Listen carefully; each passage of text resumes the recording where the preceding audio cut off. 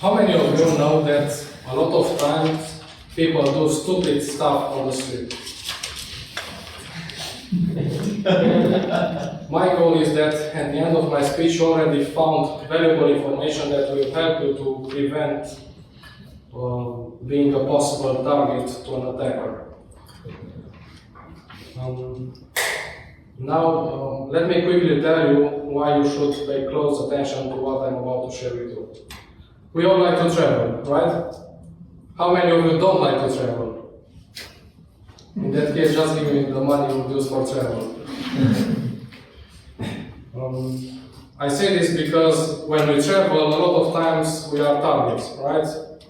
Criminals target tourists because they have personal belongings, they have money that can be stolen, and so on. Last year in March, I visited Barcelona, and those of you that visit Barcelona as well know that it's full of migrants. You can find them pretty much of any nationality in the world. And for example, in 2017 there was also a terrorist attack, so it's not the safest city, to say the least. But as I was visiting the city with my travel partner, we were approached multiple times by criminals that tried to sell us drugs and prostitutes.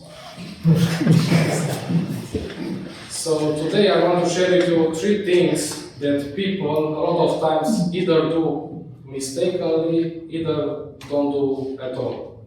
The first one is called lack of situational awareness. What I mean by this is basically not paying attention to what's going on around you, right? Like, you don't check your shoulders, you don't know if somebody is approaching you, even if it's not a person, it can be a dog, and so on. And this is extremely important because a lot of attacks can be prevented just by paying attention. If you pay attention, at least you have a chance to run in case something goes wrong.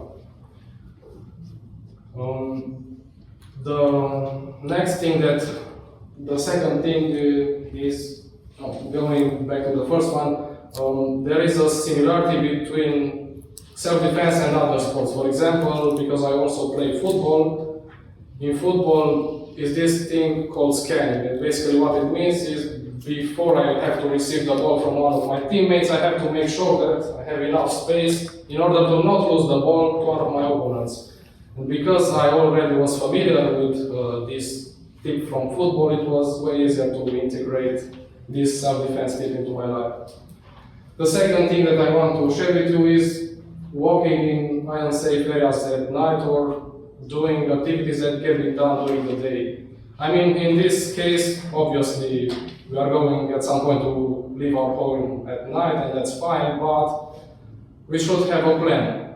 A plan could mean to take a taxi or an Uber, in case we need to go from our place to some other place, especially if you're a woman.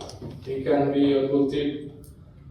Another tip could be to carry some self-defense tools like a pepper spray that can be used as well against dog attacks. How many of you have experienced a dog attack before? Okay, quite a few, that's fair.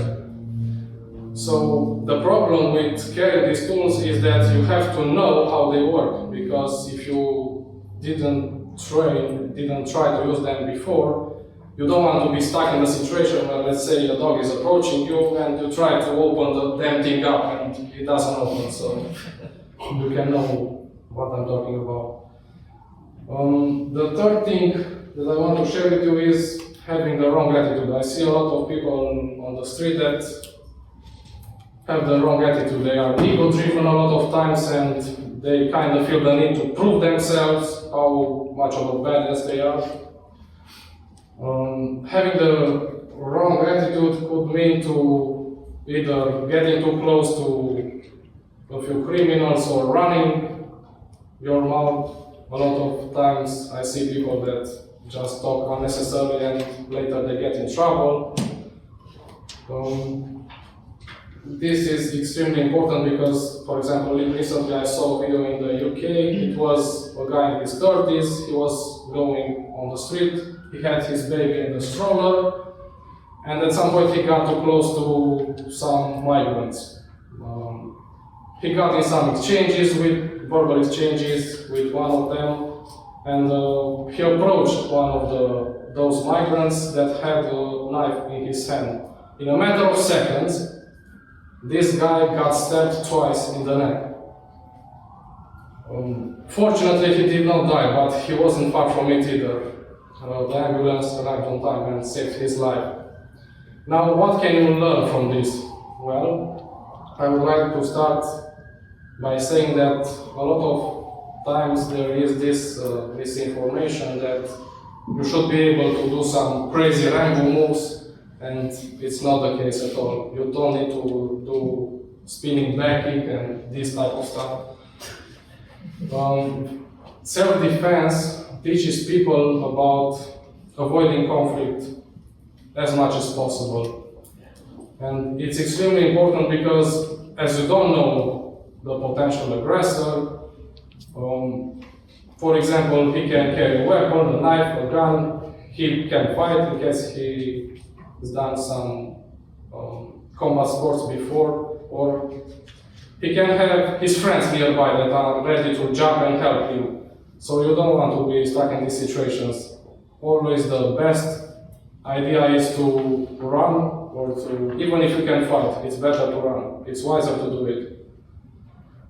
That being said, I hope what I just shared with you will help you to prevent these potential unwanted situations from happening, and I wish you safe travels. Thank you very much.